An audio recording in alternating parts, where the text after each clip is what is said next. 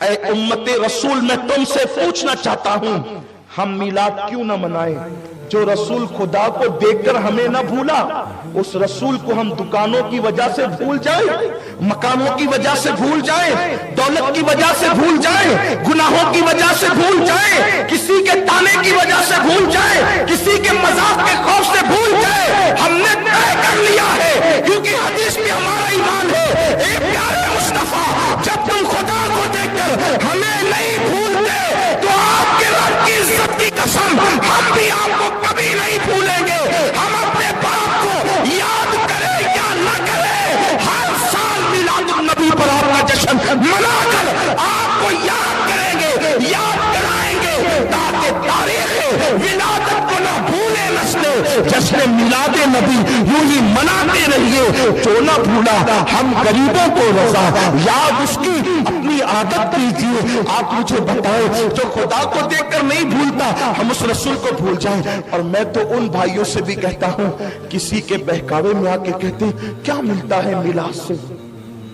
ہم کہتے ہیں اتنا بھی حق اس رسول کا نہیں جو ہندوستان کو آزاد کرائے، ان کی یادگاروں کے لیے تم مورچے نکالتے ہو کہ بناؤ، نام لکھو، یہ کرو۔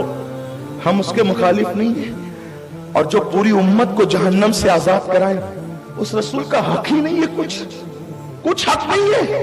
انصاف سے کام لو، انصاف سے کام لو۔ اگر کوئی بندہ ایک مدرسہ قائم کرے تو ہر سال اس کی یاد منائی جاتی ہے، مدرسے کا 100 سالہ منایا جاتا ہے، سلور جبلی منایا جاتا ہے، گولڈن جبلی منایا جاتا ہے۔ ان مدرسوں کو مدرسہ بنایا کس نے؟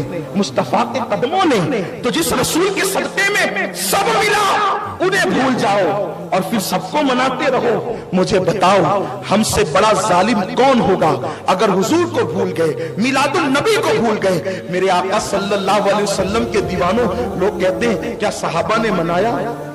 ہاں، کیوں یہ کہتے ہیں کہ صحابہ نے نہیں منایا؟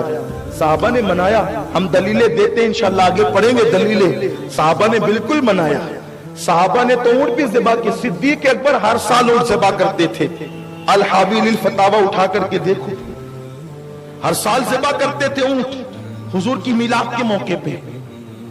بات اتنی ہے آپ کو علم نہیں ہے۔ اب میں آپ سے پوچھتا ہوں یہ بتاؤ اللہ ایک ہے آپ کیسے ثابت کریں گے؟ ہے ہر ایک میں صلاحیت کے قرآن سے ثابت کر دیں؟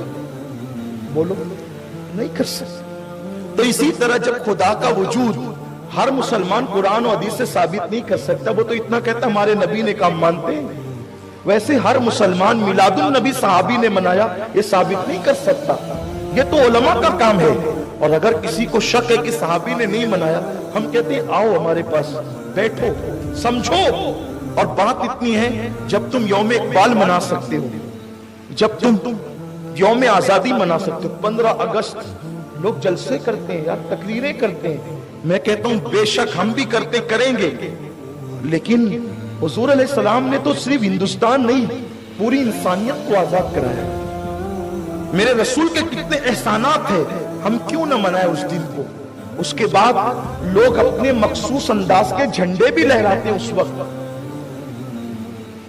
سفید اور کالے رنگ کی ایک عجیب سی پٹی پہ نے لہراتے ہوئے دیکھی ہے، وہ عجیب سا مجھے لگتا ہے، حیرت ہے مولوی کا بنایا ہوا جھنڈا اگر ہر سال لہرایا جا سکتا ہے تو کیا رسول اللہ کے نام پہ جھنڈا ہر سال لہرایا نہیں جا سکتا؟ کیوں آخر کیوں؟